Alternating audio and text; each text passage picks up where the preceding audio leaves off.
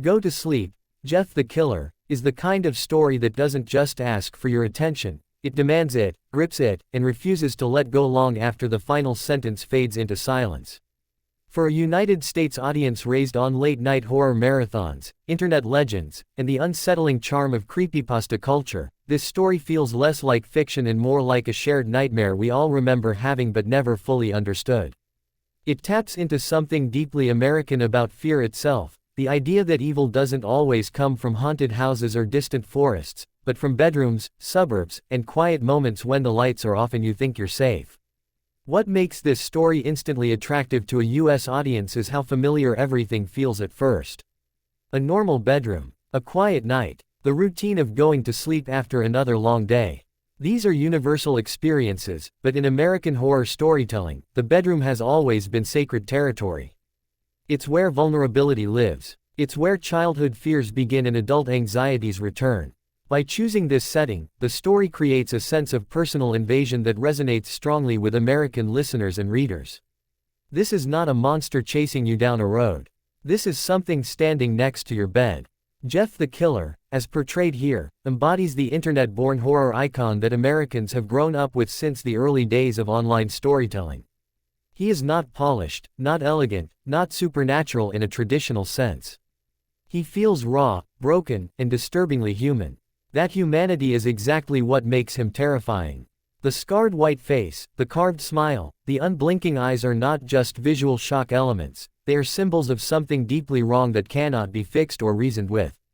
In American horror culture, villains like this stand alongside figures such as Michael Myers or the urban legends whispered at sleepovers. Jeff belongs to that lineage, but he feels closer, more intimate, as if he stepped out of a forum thread and into your room. The phrase, "go to sleep," is deceptively simple, and that simplicity is what gives it power. In the United States, those words are usually associated with comfort, childhood, and care. Parents say it. Doctors suggest it. It represents rest and safety. This story takes that familiar phrase and twists it into a weapon. Every time Jeff whispers it, the meaning changes. It becomes a threat, a command, a final sentence. That psychological reversal is something American horror audiences respond to deeply, because it mirrors how real fear often works here.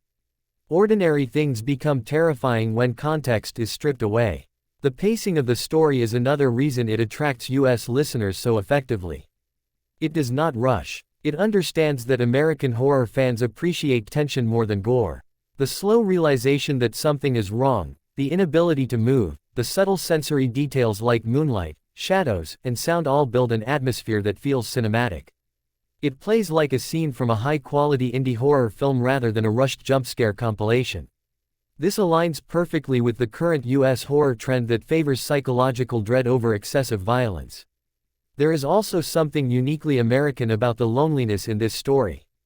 The protagonist is completely alone, trapped in silence, unable to scream or call for help.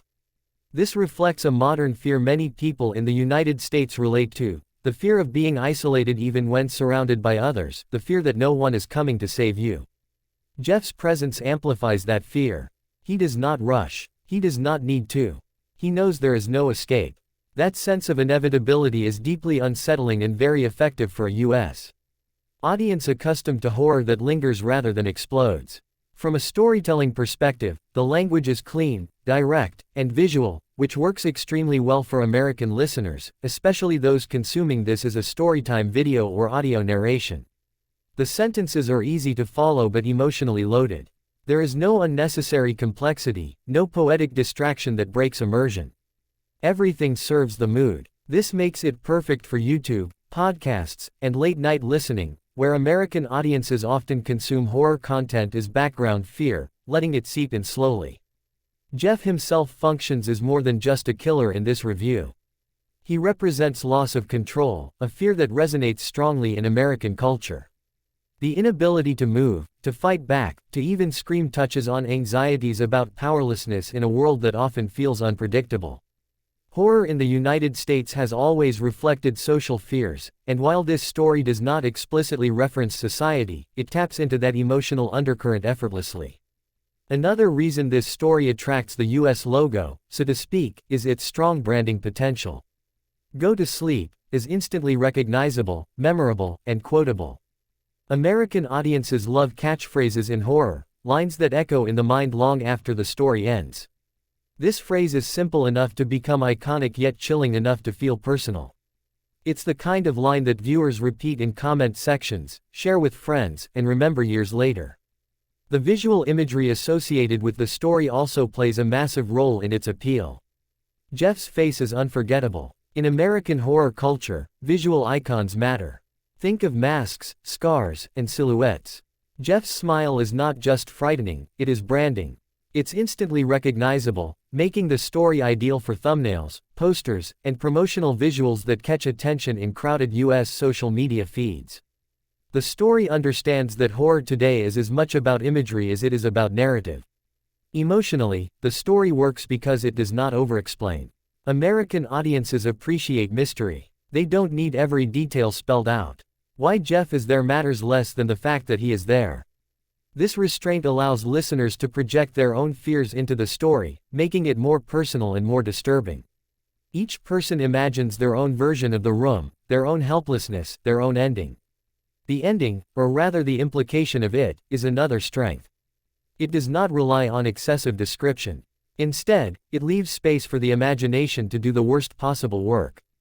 In American horror storytelling, this technique has always been powerful. The unseen is often more terrifying than anything shown. By letting the phrase, "go to sleep," hang in the air, the story invites the audience to complete the nightmare themselves. For a United States audience, especially those who grew up during the rise of internet horror, this story feels nostalgic and fresh at the same time. It respects the roots of creepypasta culture while delivering a polished, modern horror experience. It does not feel dated, even though the character has history. Instead, it feels timeless, like a campfire story updated for the digital age. As a review, it's clear that Go to Sleep, Jeff the Killer succeeds because it understands its audience.